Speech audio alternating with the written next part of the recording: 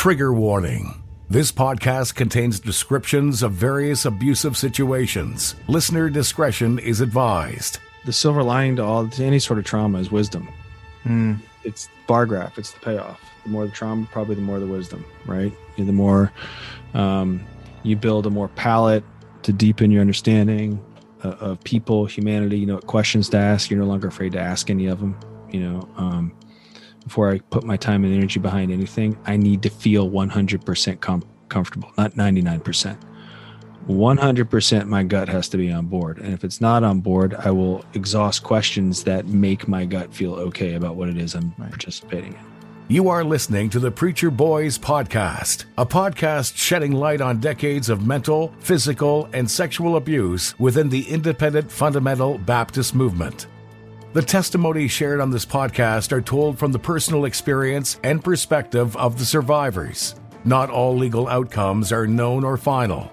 Any suspect is presumed innocent until proven guilty in the court of law. To find more information about the Preacher Boys Podcast and upcoming documentary, visit preacherboysdoc.com or connect on Facebook, Instagram, or Twitter with the handle @preacherboysdoc. Now, here is your host, Eric Skwarczynski. My name is Eric Skwarczynski, and of course you're listening to the Preacher Boys Podcast, a podcast dedicated to shedding light on mental, physical, and sexual abuse within the independent fundamental Baptist movement. While I often talk to survivors within the IFB, I also like to talk to people who have been in some other groups that my next guest might just call a little bit culty. And on today's show, I'm going to be bringing in Sarah Edmondson, author of the incredible book Scarred and star of the HBO docuseries The Vow, along with her husband Anthony Ames, or as he likes to be called, Nippy. And we're going to talk about how to identify red flags, their time within NXIVM, how incredibly smart, intelligent, powerful people can get drawn into a cultish environment. And we're going to talk about their decision not just to leave silently, but to blow things up when they walked away from a cult. You're really going to appreciate this conversation. Sarah and Nippy are absolutely incredible, and I love getting to spend an hour chatting with them. I know you will as well.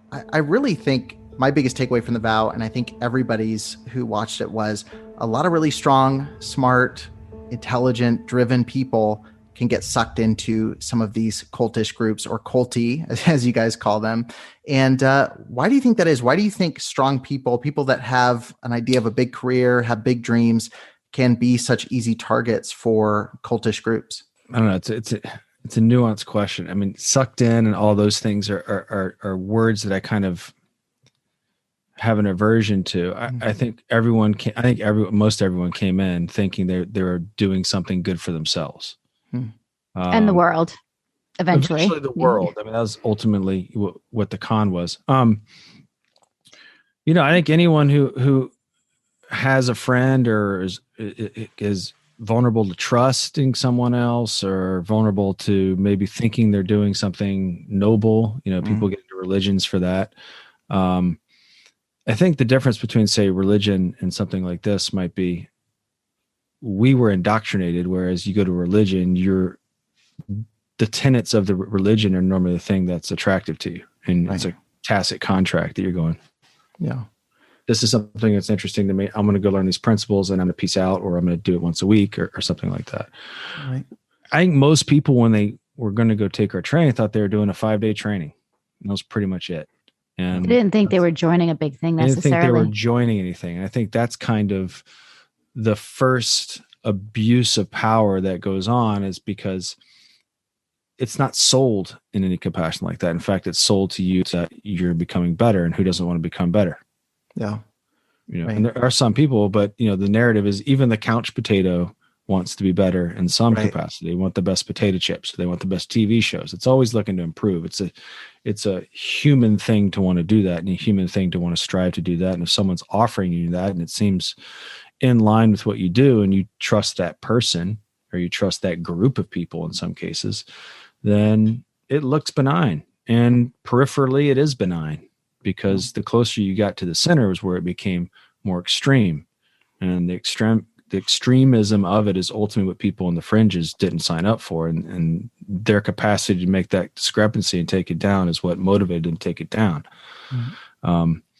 don't know if that answered your question. Yeah, no. entirely, So but it's a slow burn, really. Yeah, Essentially, yeah, it's letting it kind of build up, and that's the scary thing about like watching The Vow is we got done with the first, I think it was like first 2 episodes, and my wife kept looking over. She's like, "Is this it?" She's like, "Is this all it is?" Because I would join this. Like, this doesn't seem bad at all. And I was sitting there, and I knew the full extent of the story, at least on a broad level. And I was like, "Well, just buckle up," because I said I know it's going to get worse than what we're seeing right now. Sure. But on the surface, it just looks like some of the NLM kind of, or the NLP kind of stuff. It looks like just self-improvement really at the baseline. But that's why I thought it was interesting with your interview with Stephen Hassan on your show, as he talks about that. He's like a religion lays out all their tenets up front. Whereas NXIVM, it seemed like it was this constant evolution of like, okay, we're moving a little bit further, pushing a little bit further, and so on and so forth. And there was natural resistance to that. People were like, another training? Like, it wasn't extremism in the way that you see other cults. I could leave. I did leave. I left for 3 years. There was obligatory tactics and stuff like that, and some people were more susceptible to those than others. But you have to understand the culture varied from case to case, person by person, and I would even say center by center. I don't feel like the Vancouver center was very different. And the Mexico City Center was very different, So, to say, to point out an abuse in one center, it might not be going on somewhere else, and someone could deny it. There's plausible deniability. So, and there was also people that were coming peripherally. Most people, I can't tell you how many people texted us and go, "Dude, we got a lot out of it. What happened there?" We ran into someone last weekend who was shocked to hear this happen. Right. They love the 5-day. They apply it to their relationship there, and they actually cite some of the stuff in it that was good. So there's a lot of people that got that out of it. The closer you got to the center of Keith, the worse and more abusive it became. So, there's all kinds of stories about this, and ultimately, I think anything good out of it that people got, you could get elsewhere. Right. Probably for cheaper in a quicker amount of time. I would guess.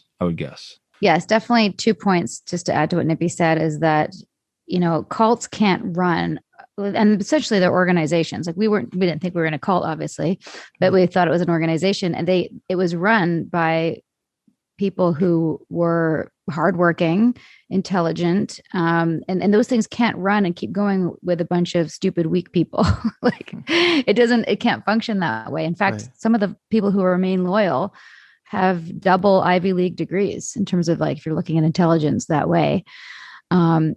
So it's not, and again, back to the word sucked in, we're sucked in because we're being lied to about what the nature of this organization is. But when we joined, we're taking a training, and, we had people from all walks of life, different backgrounds, taking the training, moved on with their life, didn't continue to go up the straight path. So when the people like myself who went up the straight path, and Nippy as well, although he was less obedient as I was more of the sheep follower, that's where I would say I got sucked in, but I was buying into a dream. I was buying into a vision of this martial arts, like sort of karate system that would help me with my self-esteem and my growth and my happiness. I bought into a false vision, or as I say in my book, the illusion of hope.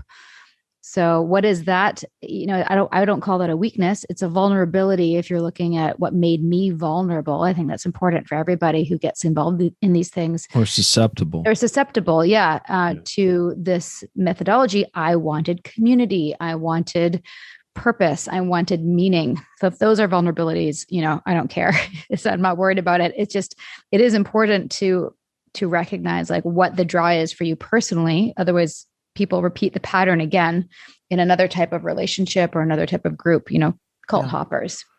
Well, all the things you said aren't bad things to want, wanting community, wanting support. But you mentioned a lot in the book, it gets mentioned in the documentary, is like that idea of wanting to find your purpose that gets exploited and used as leverage. Because if you think someone has the key to fulfilling that, in the independent Baptist world, a lot of times the terminology gets used is, do you want to find the will of God for your life? And usually we always joke, that means, what does the pastor want you to do? Where does he want you to go to college? Who does he want you to marry?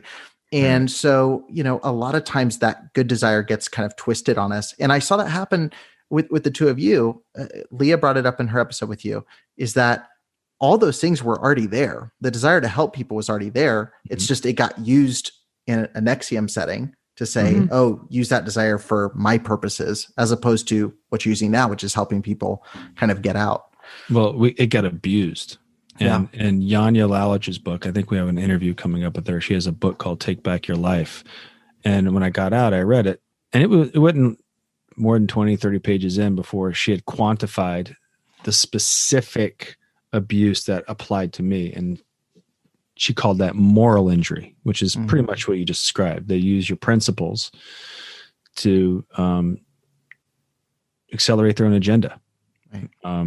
And look, once I read it, I knew that's what it was. I got my diagnosis. Sarah's was more community. Mine was more just like my principles, my goodness got used. And when I found out I was aligned with it, he had us to reconcile with, and that was kind of, what was, that's what happens when you do that, so we were pissed, needless to say. Right. Yeah. No, you mentioned in the vow, you said emotional abuse is harder to quantify. It's harder to prove. Yeah. And you kind of just allude to that again. And I guess for someone listening, because I actually was talking to someone, let them know I was getting ready to do the interview, and they were talking about, they're like, I get it. They were saying, I understand the horrible stuff, but they were saying, where do you draw the line between someone making a decision as a 26-year-old or 27-year-old versus someone, being abused? And I said, I just told them, I said, well, I said, you need to read Stephen Haslin's book, because I said, there's a lot there. There's a lot more to it than just making a decision. But when do you qualify it as someone manipulating you? When do you say, okay, this is stepping over a line and manipulating someone, as opposed to someone, offering something and saying, hey, try this or do this. This might help you. Again, I'd say that's case by case. Yeah. When the person that approached me, I'd known since I was 15 years old. Wow. I dated them. Her. And her. them. I dated her. Right. So just to be clear, yeah. Who cares? And I even said, I was like, I'm not doing your cult. It sounds weird. And she told me that her parents had done it. And I was like, wait, your dad and mom did it? I had known them. And I was like, all right, well, it can't be that bad. Right. And I went, and it was weird, but it had some really good stuff in it. I could apply it to my life, and I treated it kind of like an athlete treats a gym. I treated it like, I'm going to go and work on my goals weekly. And I did that for about a year and a half, and I left. Right. I was like, this is good. I got good stuff, but I didn't want to make it my life. I wasn't interested in the mission, and I felt like someone else can do that. And it wasn't what I want to spend my time doing. And then I was invited back for a film project years later. So my indoctrination is different than, say, someone else's. I came back for work. And I didn't really want to make it my life. And then I saw it had grown a lot, and there was a lot of people, and it had really I felt like I was being proved wrong. I don't want to interrupt, but I wanted to answer specifically, when is it manipulation versus somebody saying, hey, check this out? To answer that part of it, I would say it depends on if the person's being honest with you or not.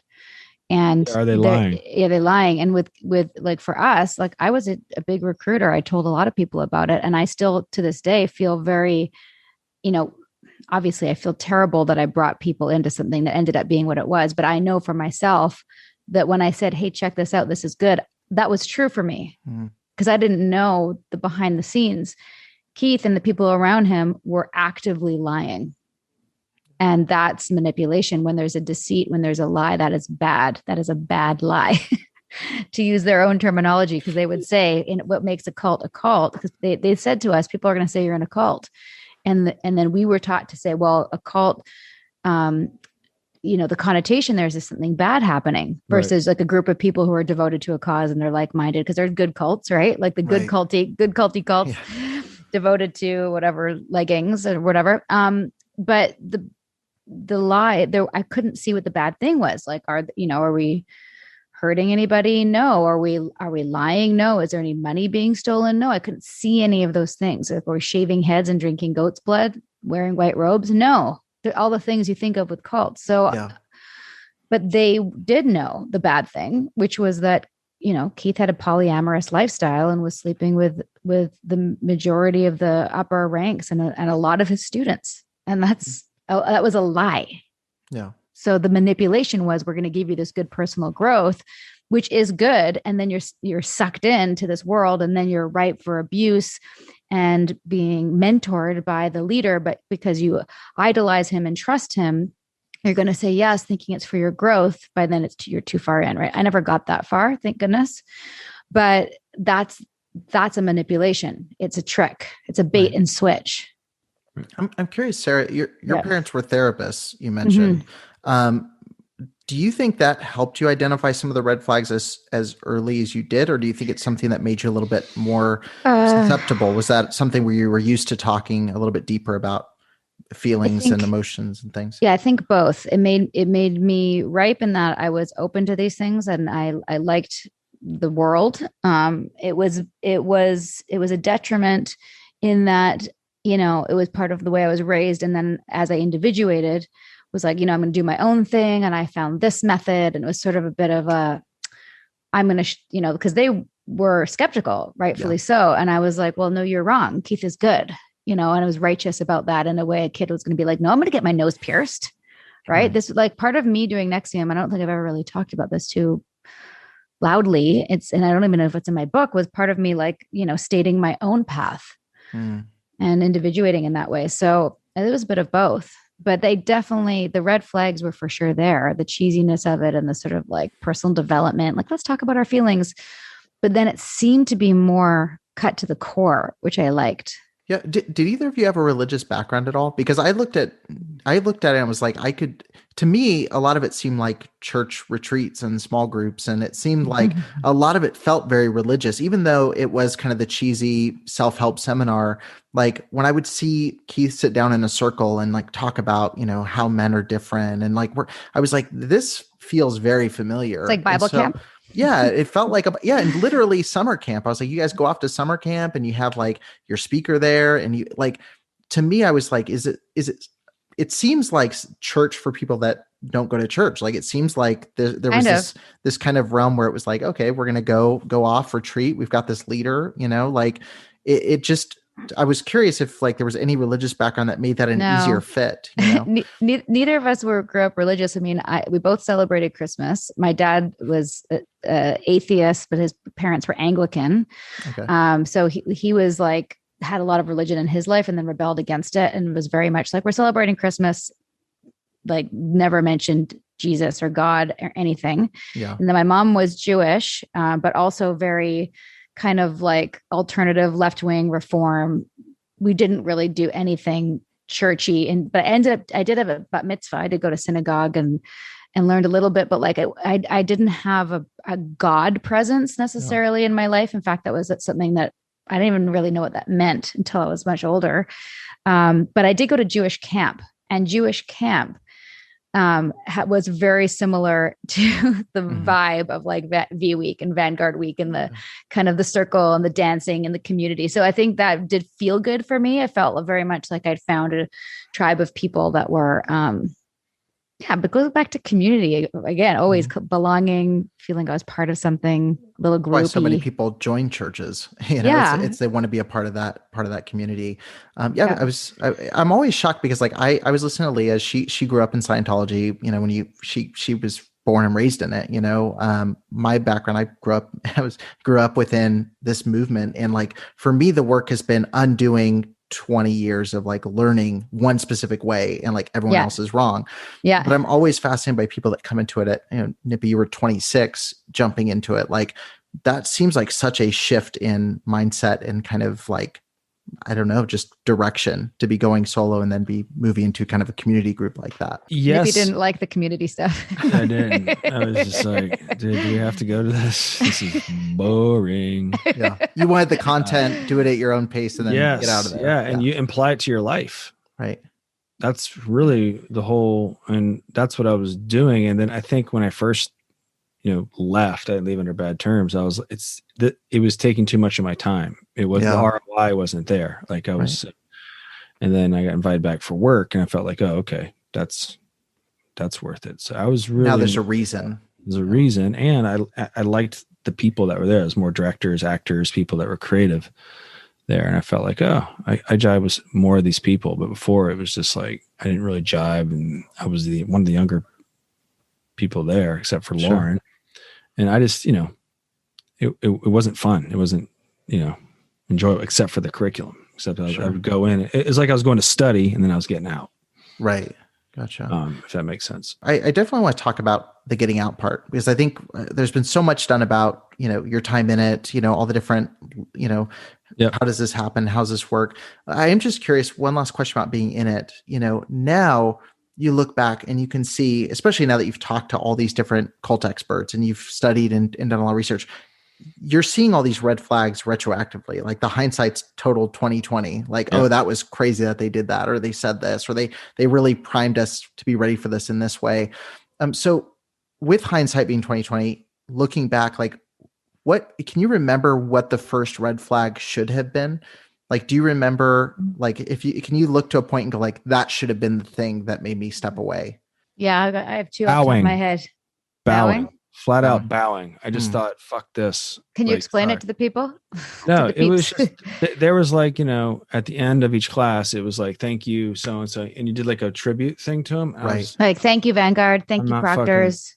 I'm not, that's bullshit. Thank you. No, it's thank you, Proctors. Whatever thank it you, was. Prefect, thank you, Vanguard. Whatever it was just like, it never jived with me. And I almost didn't come back on like day 2 or 3. I was like, because of that. I was like, look, I'm not bound to this dude. I don't know who he thinks he is. I don't know him. But the person at the time was like, just do this. And it was always a tough reconciliation between the sashes, bowing. And it's ultimately why I left in 2003, because the Forbes article had come out. There was enough there for me to go, this is just weird. Yeah. All those weird things the teachers would say. If this pans out and this makes it through the Forbes article, maybe there's something there. But I don't think it's going to get past this. It's too weird to the world. And I agreed. It was too weird to the world. So that's when I should have just been like, I'm out. I totally agree. All those weird things were always explained. And then we were taught to explain, it's uncomfortable for you to bow to somebody because you can't pay tribute, which means that you're, suppressive. You can't honor what somebody's built. Maybe you've got an authority issue or something, which, may or may not have been true. But also they'd say, you go to someone's house, they ask you to take off your shoes, and you don't do that in your house. You take off your shoes out of respect. So a lot of things that we were doing, you don't necessarily, agree with it or understand it yet, but you do it because that's what we're doing here. Like you do it at the dojo. You take off your shoes in a yoga studio. That's just what you do, right? So what we're doing here. So you kind of start to do these things slowly and accept them slowly. And by the end of the 16-day, it becomes normalized. And also everybody's doing it.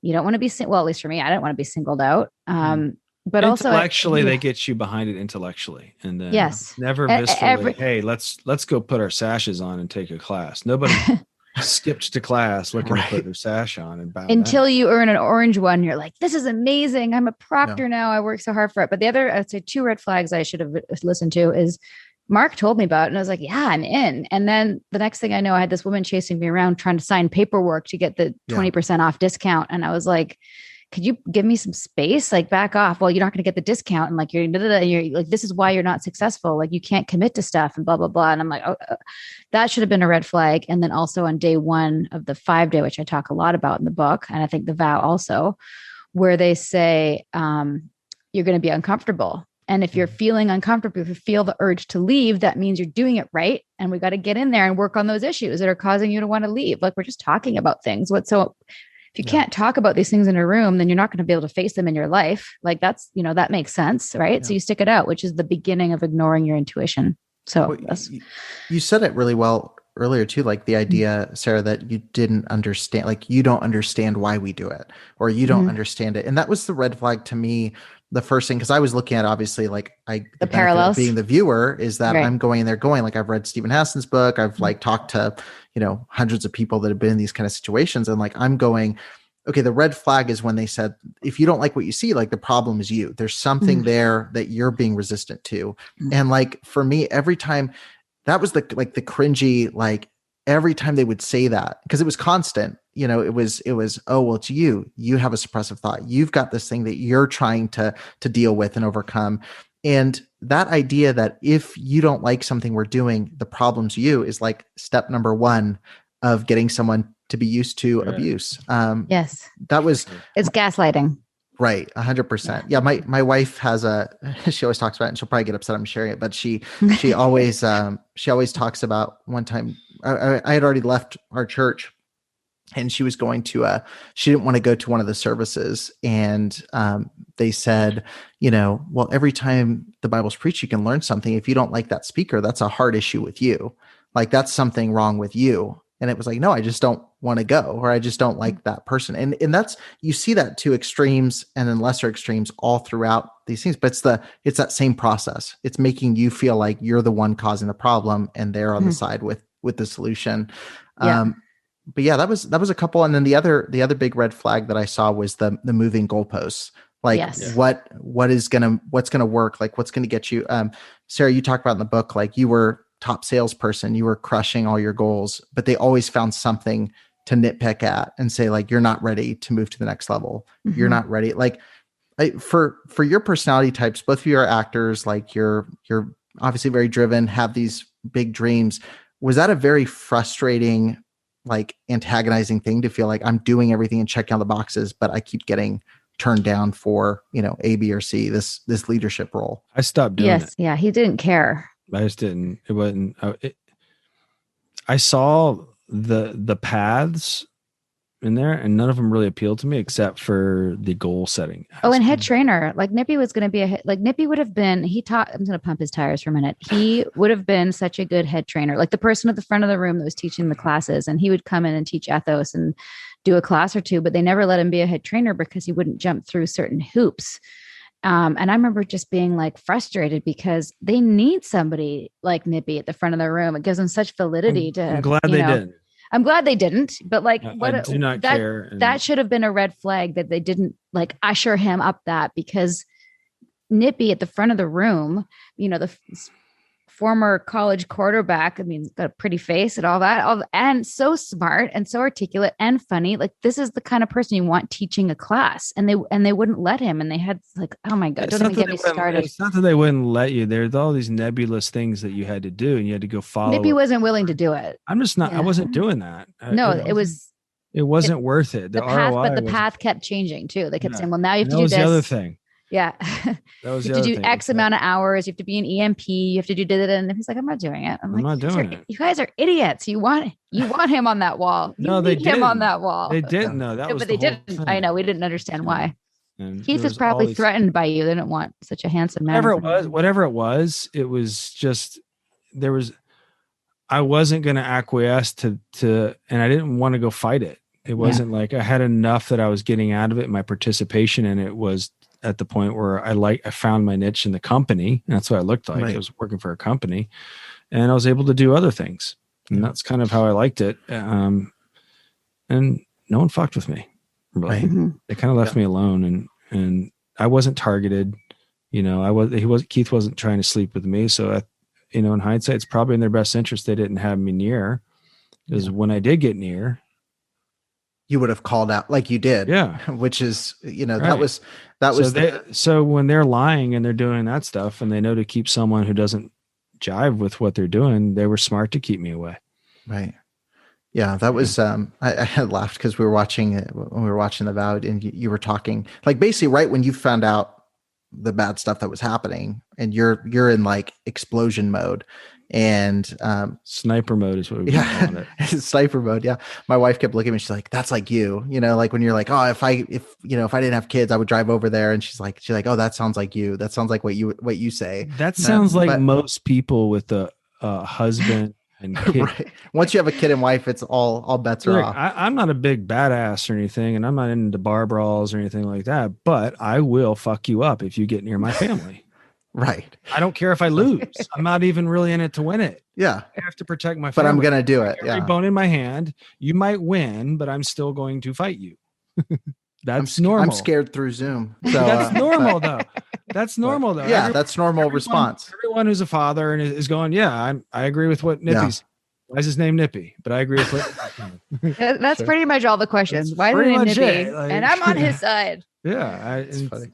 Well, Nippy, you knew, and they would say, well, Nippy really needs to look at why he's so angry and really work that issue. I did, and I agreed with why I was saying. No, but I always put myself into the mindset of somebody who's listening. This is like my own thing that I need to have. Yourself. No. I'm not gonna, no. Don't be culty, Sarah. Don't be culty.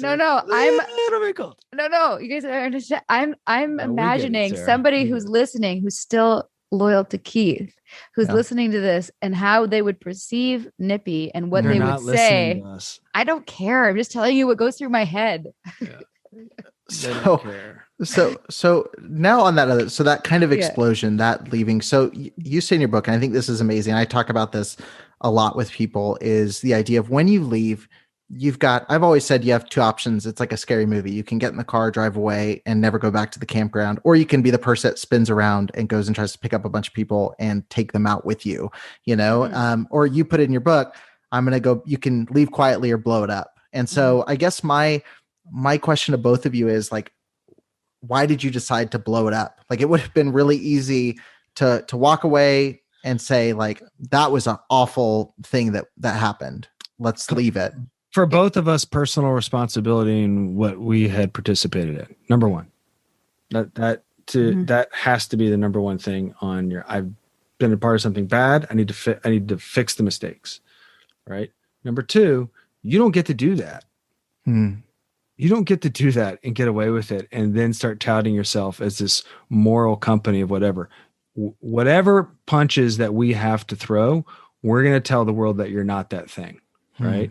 And then once we started to do that collectively, we got dragged into a fight. Yeah. We didn't have a choice. Claire Bronfman got on a plane, probably a private plane, flew out to Vancouver a month later after the number one person in her company got branded with Keith Raniere's Keith Raniere's initials. Didn't ask how she was. President of the company didn't ask how she was, didn't ask how she was doing. They were all about self-preservation. And the self-preservation, that meant they had to take care of Sarah and myself and Mark and Bonnie, right? Yeah. Because they knew that we had a lot of influence in the company. We were in positions of leadership, and they tried to get her arrested based on a lie. That's when I knew, okay, this is a fight. This could be the next 3 to 5 years of my life, but my gloves are off, and whatever I have to do that's within my power, I'm going to do it, and I'm going to hit it as hard as I can. And that set us in motion. And really, they set the wheels in motion of their own demise. Yeah. Because once the cards were on the table, and this is kind of really what we were betting on, they were going to be who we were saying they were, far more than what they were accusing us of being. We were just people trying to get away from something horrible, right? And that's exactly what played out. And it wasn't so much that we were right. We didn't know how right they were. It was a blowout. They didn't get a punch off in the court of law, and they didn't even attempt to defend themselves in law. And now they're trying to do it through the media and whatever, and nobody's listening because, like, it's already done. They got the best police force agency probably in human history in a civilization investigating them, getting resources and evidence. And then they went through a judge in one of the best courts, and they had a jury of their peers. They had every due process that's known to man, that's done at the highest level that we know in human history. And it was a blowout. The jury had to deliberate 4 hours. They had seen enough that this guy should be taken out of commission, and Claire Bronfman should be taken out so they can stop abusing and hurting people. Right. It happened quickly and swiftly. It wasn't even close. So sorry to get kind of whatever, but that's the magnitude of what happened. And yes, you can say we were brave. We were mostly scared. Right. We were mostly scared making these decisions. We had a lot of lucky decisions, a lot of people that were there to help us. Right.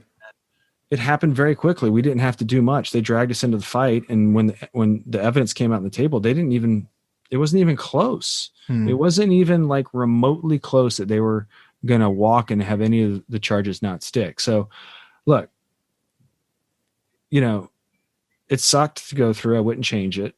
But we did the right thing. We exposed and saved a lot of people, even though they're not willing to admit it.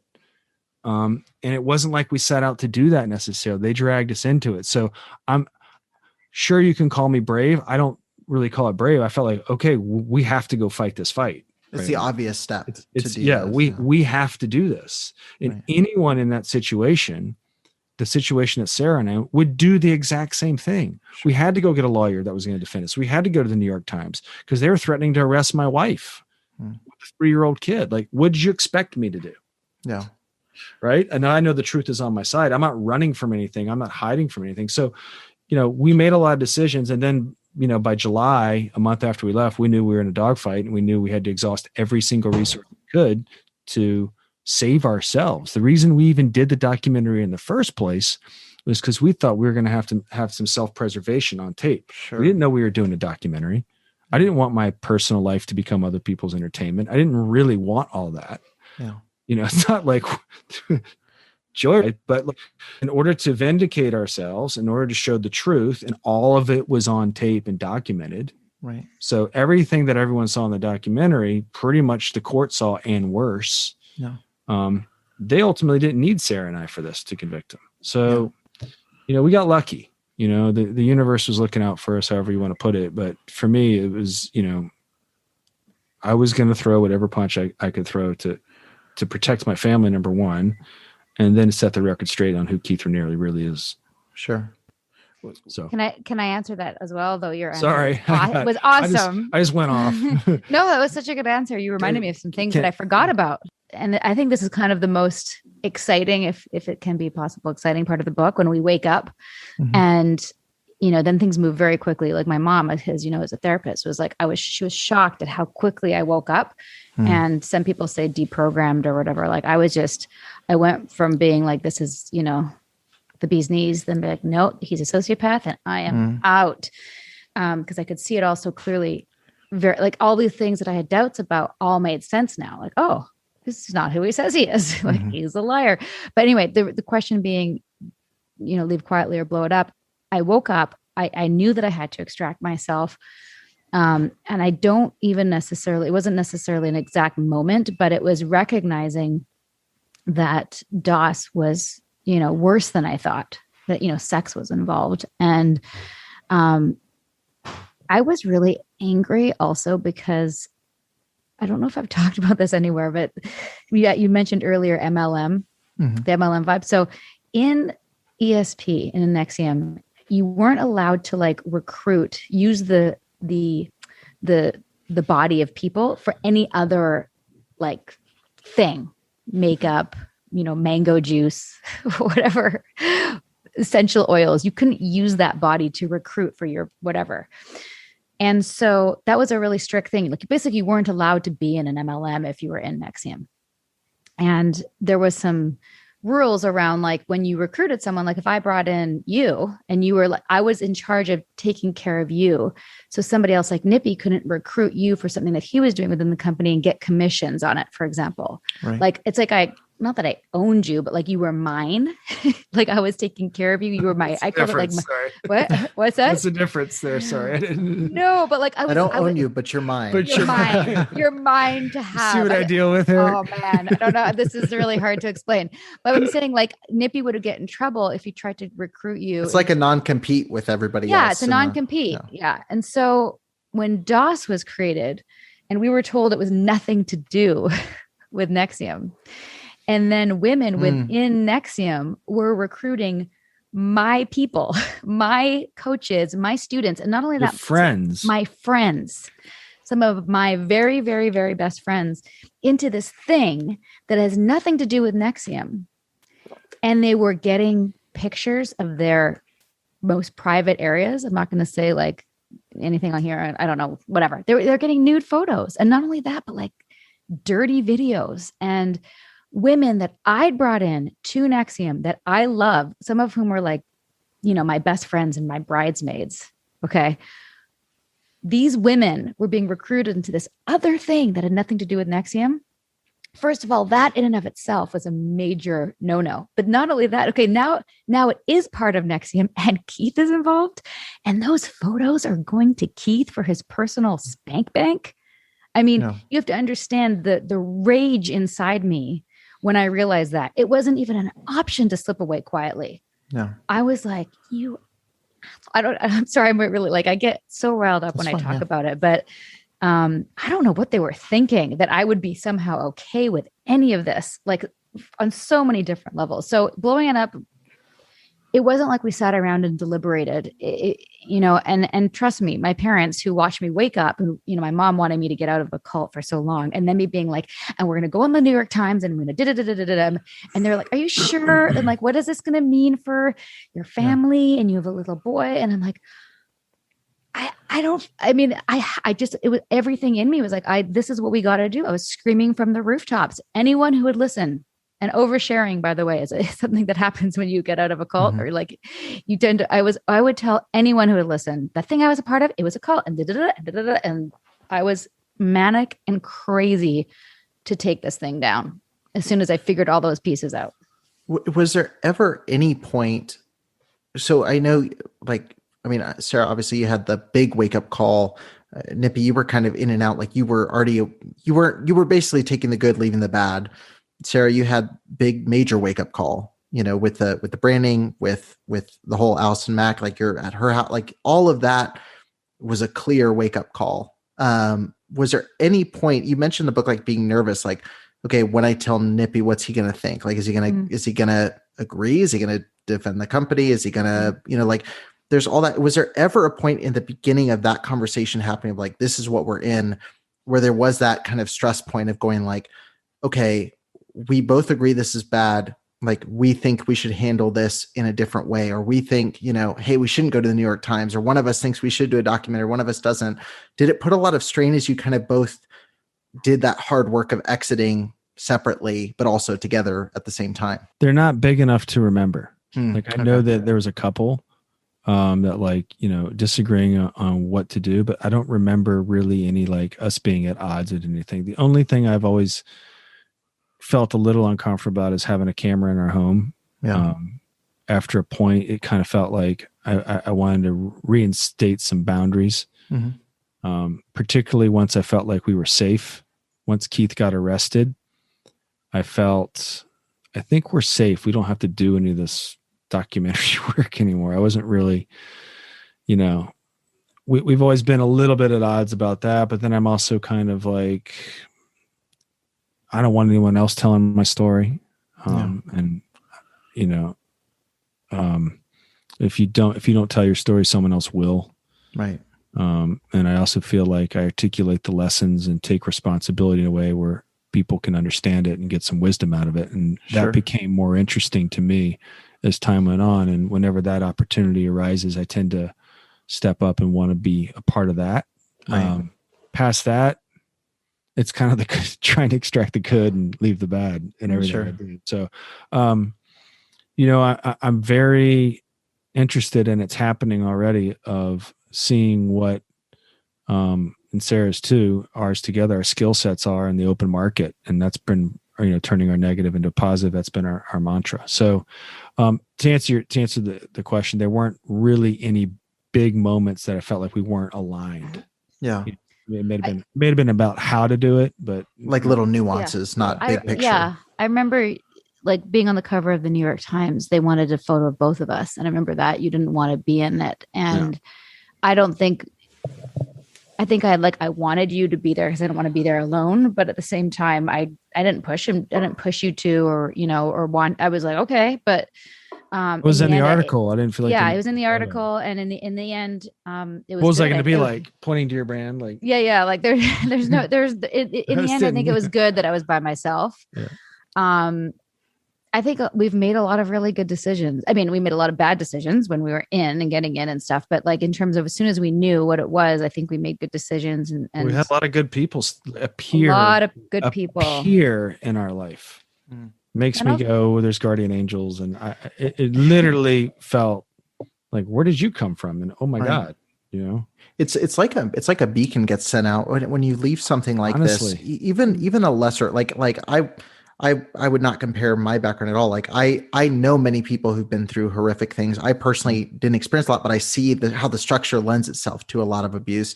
So like, I can't imagine coming out of an abusive situation where you feel very isolated and alone. Your whole network is this, but it is true when you step out, and I see it happen. People will come on my show, share their story, and like 10 people will message me going like, I'd love to connect with that person because that's my exact story. And they're from some other state or some other like area of the world. And so it's amazing when you do share your story, how many people do appear out of nowhere. And there's this community, again, a positive community that just kind of connects all of a sudden. Yep. It's wild. And even just getting to meet somebody like you. I mean, how that would never happen otherwise. Yeah. Yeah. Like, why would we be sitting here talking? No, like there's no reason, but it is this strange, obviously I wish under better circumstances and better, better lines of story that we would all be connecting, but it's one of those things where, it's a very powerful thing. And it's a brand new community that is healthy and hyper alert to when things can get really bad. So I'm curious, like you already talked about, and I'm glad you guys covered this. 'Cause I was curious about this is like, obviously wanting to be, actors, you're working actors, you're wanting to build your own career, your own life. Never would have anticipated that you'd be famous for a documentary about your time within a cult, like that was not the dream. That wasn't the goal, but I see you two leaning into this story. I see you two kind of using your gifts as storytellers, as content creators to help expose things like this. After the documentary was done, you guys decided to do this podcast. Was that a conversation of like, okay, was the documentary our piece and we're done? What made you say like, okay, we need to help just talk about this topic in general? Like we can keep talking about this because again, it's blown up. The organization's gone, but you're still putting in the work and trying to help other people moving forward. Is it just there's no other option? We have to keep doing this. Do you want to do that one, Nip, or you want me to? We'll see. Let's see how alike we are. You go first and then I'll. 3, 2, 1. Man. We'll sync it up. There we go. I think we're on the same page. First of all, we were in the inertia of no to everything after the vow. Yeah, we needed to recover for a while. That was intense. I mean, it was intense, but it was also from our living room. Yeah, phones. It was during COVID. It was during COVID, so it wasn't. We didn't have to go anywhere, and and a lot of people have approached us about what our next steps are. The directors of the vow, Kareem and Jahan, have always been like, listen, you need to meet this person. You need to meet this person. Had the vow come out where there were screenings, you probably would have been meeting these people, and there'd have been natural progressions about where you guys could pivot, that sort of thing. And those conversations have been somewhat interesting so far. And it never really manifest, they're still going on. So it's not like, we're not having them. And then we were approached to do a podcast, and I thought, we thought that we all kind of been told too many podcasts. Like, what are we don't want to be cult people. And then I'm sorry, it got pitched to us in a way of like, and then I heard one person say, turn your story into content. I can't remember. I heard it on a podcast, ironically. And it said, if you can turn your story into content, where people are going to your story and they're listening, they're learning to the story and they're learning. I thought, fuck, I can do that. I think I can do that. I think I can put. We're still the same people, right? Yeah. We're still the same people that wanted to help people, and it's not an accident this opportunity presented itself to us. And to your point, I feel like, my first thing is who wants to hear this? Like, where's the audience? Why would they? And I think that's a natural and a good. We actually put it out to our Instagram followers and said, "Do you want to hear more?" And there was overwhelming. Yeah, so positive. People saying yes, and I said, like, what kind of things would you want to know? And we put it all in a document. And somebody wrote to us, basically pitched us a show called A Little Bit Culty. She's an ad, she's in the ad world, an ad exec, and I basically wrote all the things we could do in A Little Bit Culty. And then another person who contacted us to produce the podcast from Citizens of Sound come from a fundamentalist church group that they escaped.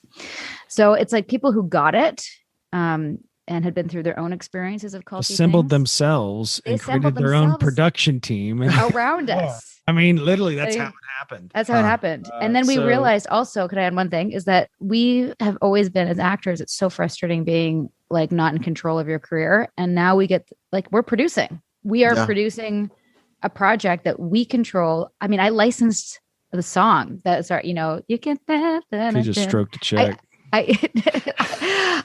That's Nippy's term for paying people a stroke a check. Anyway, I licensed a song from my friend Roy's. Roy is a friend of ours who says you pay someone, just stroke them a check. Stroke them a check. Anyway, I love it. It's my new thing. That's a sidebar.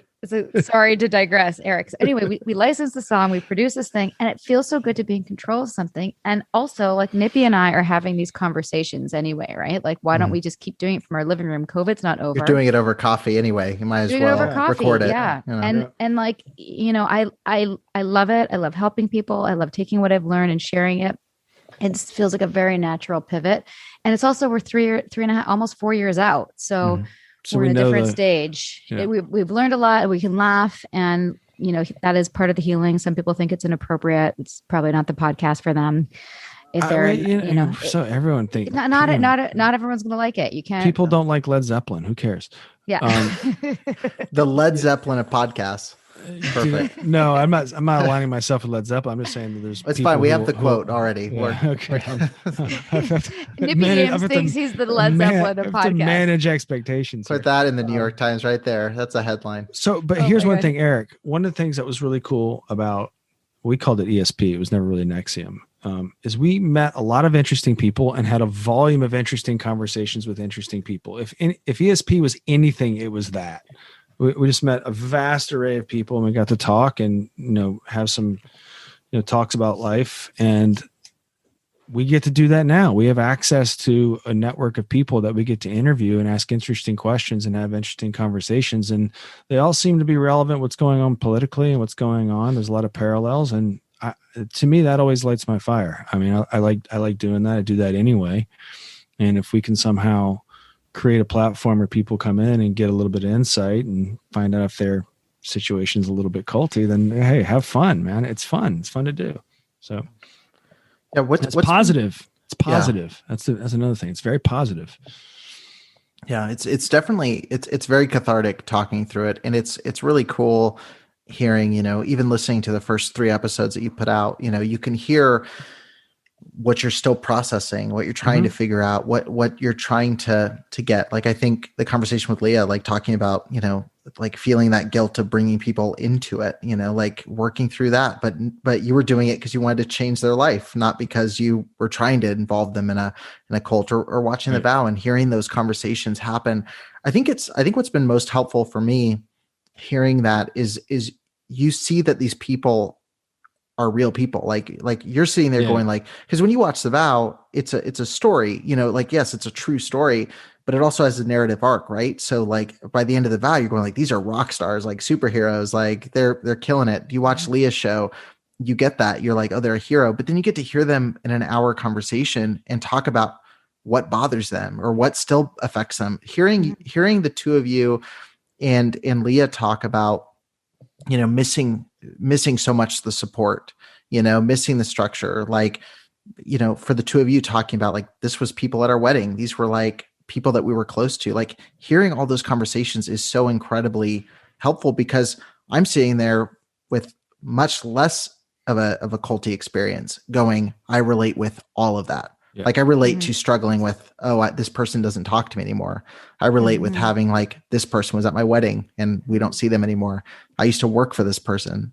They don't talk to us. Like it's all of those things and all those conversations are really, really helpful. And I appreciate the vulnerability that you two have shown in having those conversations. And I know, thank you. Well, thanks for saying that. Appreciate it. It's been awesome. It really has. I mean, and I know my audience as well. Like that's the feedback I get for this show is that, just hearing people talk about it, feel okay to talk about it, like if nothing else.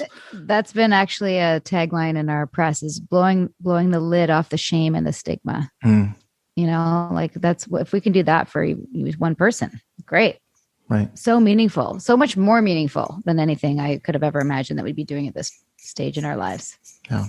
We set out to help people and we found ourselves there. So I think if that's in your psychology and you're putting it out there and that's your intent, you'll eventually find it. No, we found it in a roundabout way.